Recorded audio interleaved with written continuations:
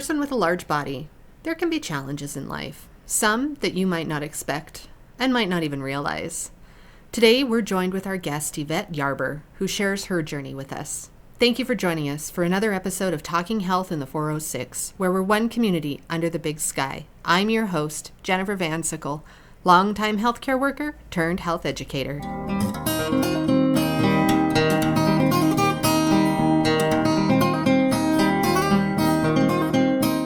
So, Yvette, you're a Montana girl, right? Eastern Montana. Yep. A ranching family? Yes, ranching family outside of Circle. My family on my father's side rode with the first cattle herds from Texas to Montana, settled in Powder River County, and then eventually moved up to Macomb County, where we've been ranching ever since. My father and mother are still up there operating. And now you're based out of Bozeman. I am.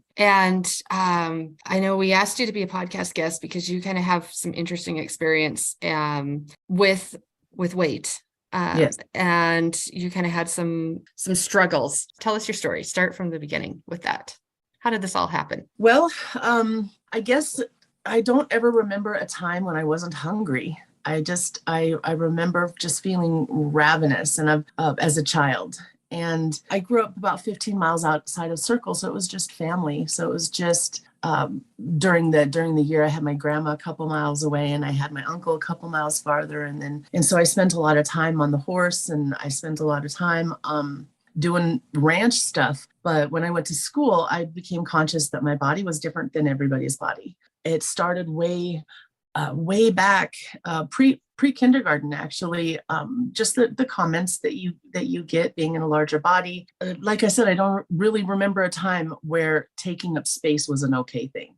I remember feeling ashamed of my body walking in the room in kindergarten, and nobody knows what they're doing. All the fat jokes, all the comments from the teachers, the comments from the family, nobody had any idea that would be harmful. But in fact, it formed a part of my identity that it took me a really long time and a lot of services and a lot of work to get past. And that part of my identity is that my worth is based on a number of a scale and inversely proportionate to the amount of space that I take up. And so when you look back at your photos from kindergarten, preschool, do you feel like you were a little overweight back then? Do you see it, or do you look back and think, what was everybody talking about? I was a big girl. No, I'm 5'10". I'm like a big girl. I look back and I don't see obesity. What I see is someone in a larger body. Mm-hmm. But I wasn't able to make that translation, especially in Circle, where everybody kind of looks the same. And there's just one standard, one social standard that you kind of have to adhere to, not just socially, but also physically. And no, I felt huge. My goodness. I felt like enormous. I remember wondering if I was going to be able to get through the school door. And it simply wasn't true. But there was a disconnect way back that I wasn't aware of how much, how big I was. I wasn't aware of my worth outside of the fact that I was the largest person in the room, the tallest person in the room. And I mean, even when I graduated from high school, there were probably only three people taller than me, even the guys. And so just being big. It wasn't a good thing. And so by high school, were you starting to feel, less self-worth? We hear in the news about, teenagers and eating disorders and trying to look like the models or having low self-esteem based on body image. Do you feel like as you went through your school years, it just kind of got worse on you? From the time I woke up in the morning, I hated what I looked like. I covered my mirrors so I couldn't see myself when I walked past. I was a musician.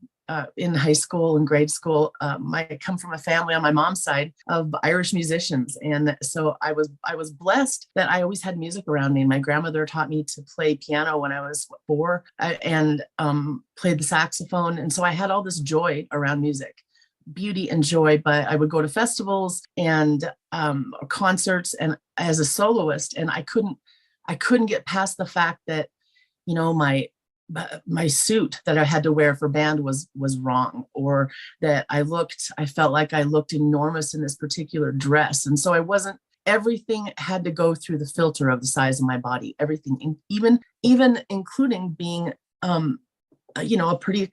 very good musician.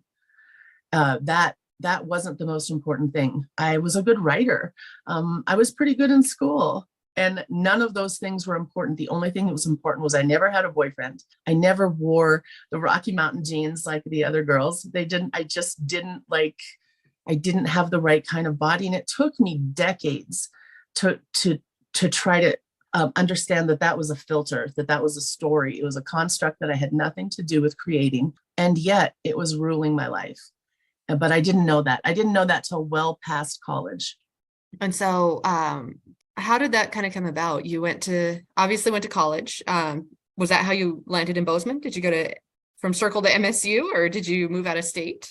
I started playing at a symphony at this college in Iowa, Wartburg College, and it was a wonderful band. I was a soloist in the symphony, and we were going to tour Europe, actually, or they did tour Europe. But that was the first time that I made a life decision based on the size of my body. I quit the symphony as a soloist with a 3-month free tour of Europe coming up because I felt fat in the symphony dress. And so I got so depressed when I first went to college because I'm coming from a small town. And even though there's not a lot of people, everybody knows everybody. I started school with the same people I graduated with. Our parents went to school together, our grandparents, our great grandparents. And I went from Circle to, to the larger world. And that's when the depression got really, really bad because I no longer had that support system. And I left college with my first year without even taking the finals. And I remember my saxophone teacher was looking all over, talked to my roommate, trying to find me. But I just got to the point where I couldn't leave the room without the voices just saying, oh, you're so huge, blah, blah, blah, blah, blah. It's a constant narrative that happens with someone with an eating disorder. And it comes before everything. I guess what comes to my mind is, was there something traumatic in your life that happened that you feel pivoted and turned your mind to this thought process? Or was this something that, you truly just started as a seed as a youngster and just kept growing and growing? In hindsight, do you feel like you have clarity on that? I do. I would say, being in and out of the eating disorder and 12-step rooms, the AA rooms, I would say 9 out of 10. That's my general approximation of the people who are in those rooms have trauma. Mm-hmm. And so, I do have a background of that, but there are people who don't. I mean, there are people who just, for whatever reason, have an inappropriate relationship with their body and use food as a substance. So many of us have issues, whether it's some sort of hoarding tendency, whether it's I need a glass of wine every single night, maybe 3. Yeah, we've all got our issues. But let's go back so you left college after you gave up a tour of Europe, you left without taking your finals. Did you come back to Circle or did you stay out in the world? I stayed out in the world. I called my parents. I was looking for an identity. And I called my parents and I said, I'm going to New York and to be a nanny. My parents were like, no, you're not. I'm like, yeah, I think I am. Dad's like, no, honey, you're not. But I did. And unfortunately, it just started a cycle for many years of getting somewhere, leaving, getting depressed, and going somewhere else. And for many years, and I ended up going from New York. I got a scholarship to a college in Montana to play music for this music department who recruited me basically. And then again, with just feeling so huge, I couldn't leave my house. I moved to Seattle, and then the same thing happened. It was just a consistent pattern for me. And the first time I ended up in treatment, eating disorder treatment, I was a sophomore in high school. And I left Circle. I left high school for 3 months, I think it was. And then from that point, I didn't go back to treatment until after the year 2000. So I basically I graduated in 88. So from 88 until I'd say 91, I bounced around the country, just trying to I was depressed, going from job to job. And then I ended up in Livingston. And I remember driving by, I remember listening to my dad's Jimmy Buffett albums and that song Livingston Saturday Night. And I used to think out in circle, man, that sounds fun. I'm waking up at 5 o'clock in the morning to go milk the cows and hearing stories and then listening to the music about Livingston and how fun that was. And I remember driving by with my boyfriend at the time thinking, let's just go there. Let's just go and see what Livingston, if it is fun, if it's like a wonderful place. And I pulled in at a music store, and my boyfriend stayed in the Jeep, and I went in there and started messing around with the keyboards, and the owner, and we're just passing through on the way to the ranch, but the owner offered me a job in a band that he had just fired his keyboard player, and he had a gig in Big Timber that night. And he's like, can you stay and play? I'm like, yeah. So I got a place to live and joined a band, and things started getting better at that point. And I look back at why it started getting better, and it's because I started swimming. I started moving my body no matter what I felt. And Livingston was a safe place to do that. I used to drive out to Chico. Once I started moving my body, my brain started working better and my weight started balancing. I stopped doing the, gain 50 pounds, lose 50 pounds, gain 75 pounds, lose 20 pounds. I stopped doing that. And I also was playing music professionally. I was going to MSU, and everything was good until my boyfriend died. And from that point, I left college. I left my really good job. I left my wonderful band and all of my friends in this, and I moved to California.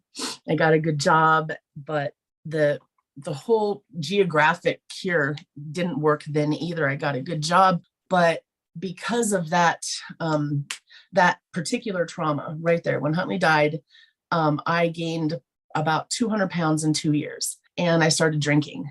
And it was because that was my go-to mechanism. Food was my go-to. And anytime anything went wrong, that was what I did. And I did it in spades when I was in California. And that began they talked me into getting a gastric bypass. And I'm in trauma at this point in 2001, and gaining massive amounts of weight, drinking for the first, I was never really a huge drinker, but I started drinking, and I had my gastric bypass in 2001, and it herniated almost immediately, and I went to treatment. And what is herniated? What does that mean with the guy? Like the abdominal wall failed. Yep. And so it's mainly because I didn't stop binging. When I had that surgery, it was like putting a Band-Aid over top of a wound with gangrene in it. It just festered underneath. It festered. And that's when the alcohol came in. And then I went to treatment for the first time. I think it was 2004. And that started this whole process of I went 14 times to treatment over the next 10. And treatment for alcohol or treatment for eating? Initially, it was all eating disorder. But then the more I delved into my eating disorder, the more I started to drink. And plus, there's some evidence at this point that when you have a gastric bypass, it changes your relationship with alcohol. And so, yep. And it makes sense because it changes your relationship with sugar. And that was, I'm not sure if it was started because I started going to eating disorder treatment, or if it was because my body was physiologically different. They rerouted the way food worked that the alcohol got so bad, but it did. And so then I started going to, both eating disorder and alcohol treatment. And every year my weight would fluctuate about 200 pounds. Like I would gain weight. I would lose, 70 pounds, 80 pounds. Every time I went to treatment, I lost the minimum about 70 pounds. And then I would get home and I'd gain it back within a month and a half. And every time that I did this, it made my stomach worse. The hernia, it made it worse. And it just kept getting bigger and bigger until it became medically difficult for me to eat properly. And at that point, my weight had gotten all the way back to where it was at my highest, and where I was I was at one point I was in a wheelchair. Wow. And I used mobility devices. I couldn't go to the bathroom without massive pain. And I mean, in terms of just like getting there, in terms of getting out of bed in the middle of the night and walking. And if I fell, I remember the last time I had to call the ambulance to help me get up. And I ended up at finally after 14 different, and I had really good insurance through my job.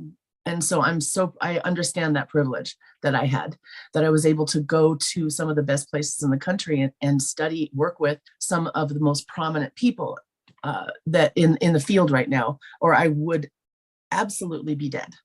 There is no question in my mind because my weight was so high.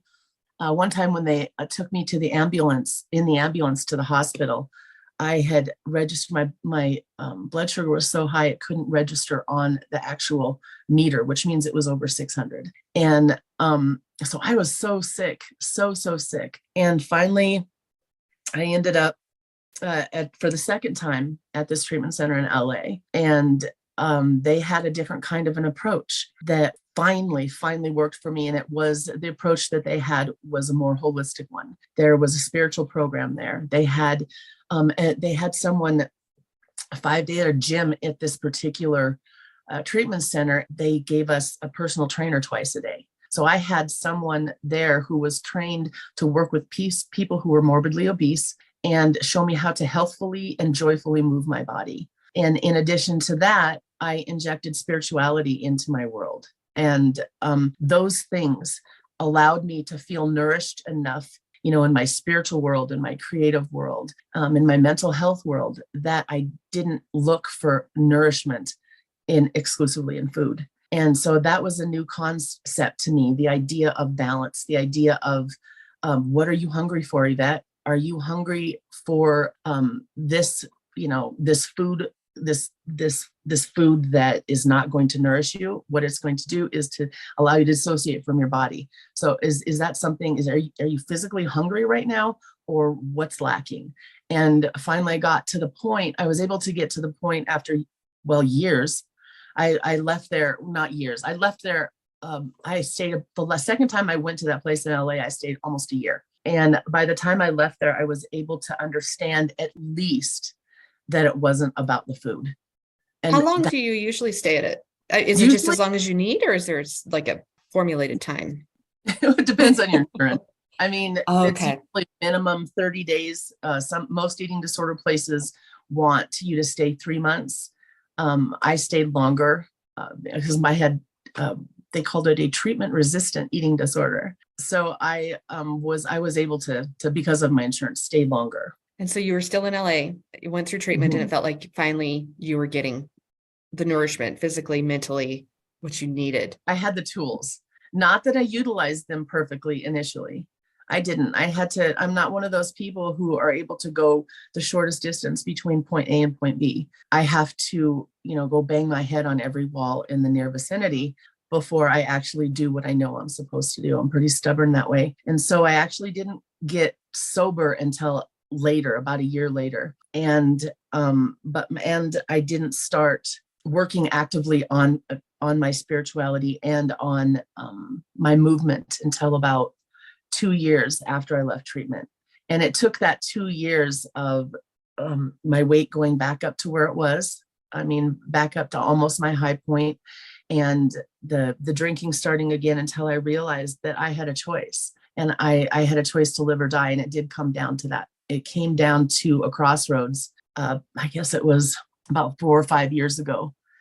No, 5 years ago now, a crossroads. And even after I had been sober for a couple of years, the eating disorder stuff was not getting better. The voices were not getting better. So I got a spiritual teacher, and I started working on some of the messages that I was giving myself. I started working on stories and how powerful stories were. The fact that I was the one that I wasn't in current trauma, but I was still acting in a way that a traumatized person acts. And I was weaving the prison that was holding me captive. Only me. I was doing it through stories and through accepting stories that other people gave me, society stories. Because when you have an eating disorder in a normal size body, it's a little bit different thing than when you have an eating disorder and you're in a large body, because the body image and the body dysmorphia, the body image messages and the body dysmorphia is not only created internally, it's enforced externally. every place you go, every time you walk out of the house, there is this massive amount of shame. And it took me a while to start to be able to distinguish the voice of shame. That was the biggest distinction that I made that allowed me to start getting better. And once I started dismantling some of those stories, again, that I'm perpetuating, every time that I agree on a story that I'm judging myself on, I'm making myself a victim. I'm doing it. And the other thing was, every treatment that I went to, they had me on a whole bunch of medicine, a whole different, at one point I was on 8 different things, 3 medicine for psych meds, and then 1 to take care of the side effects for these psych meds, and then another 1 to take care of the medicine that I took to take care of the side effects for these meds.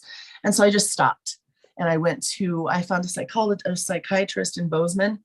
And he was the one who eventually helped me get sober. Basically, he had a little pill. He's like, Yvette, you're not taking these pills home. If you want to detox from alcohol, you're going to show up every day. Take this little pill so you can healthfully get the alcohol out of your system. And after 2 weeks, that was it. And my spiritual work had started.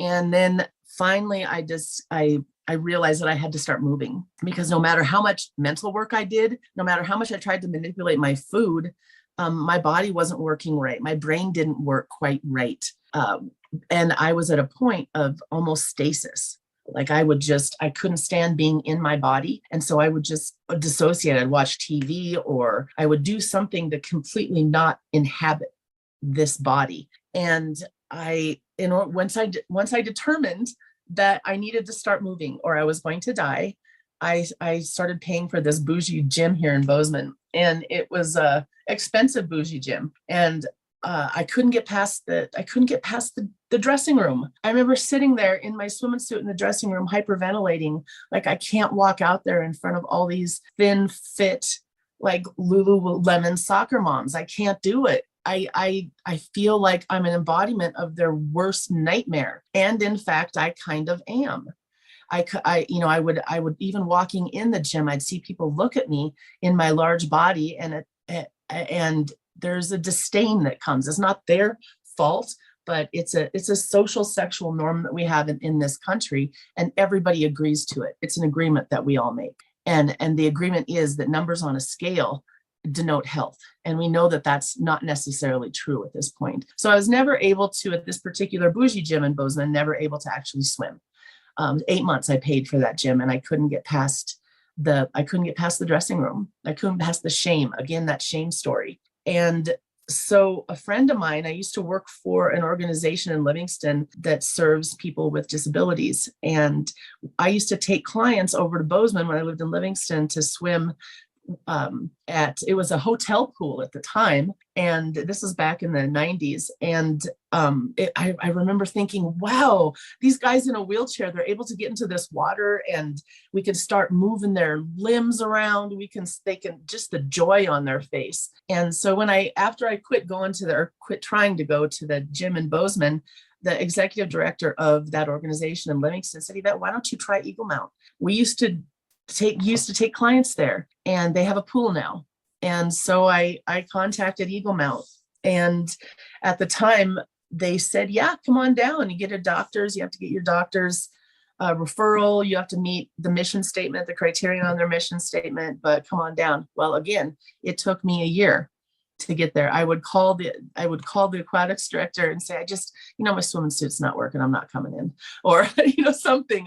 There was always an excuse, but I would get in my car to get there, and I'd have this hyperventilating, like I had this thought that I would infect everybody with my fatness. It's just ridiculous. I look back on it now and I'm like, wow, that is distorted, Yvette. Even though you went through all the work, if you got your doctor's note, you made sure you found a way to meet their criteria, all that legwork. All of that. I didn't know that Eagle Mount was different. I didn't know that it was a safe place until I did know. And once I started going, I realized that it was like this I call it a lagoon of misfit mermaids. There are people there who are able to, and they're my people, they are not able to do to access recreational activities that normal people in normal healthy bodies are able to access. So Yvette, how did you get past that year? I mean, how did you get that first day to get yourself to go finally and get over that hump you had that year? Then what was it just like, I got to do it, or it was a cowboy up moment? Okay. It was a cowboy up moment, and it was just like, Yvette, you have to do this. You have to do this. And so that became the sort of the catalyst for me to get to where I am right now, which is much closer to homeostasis with my body.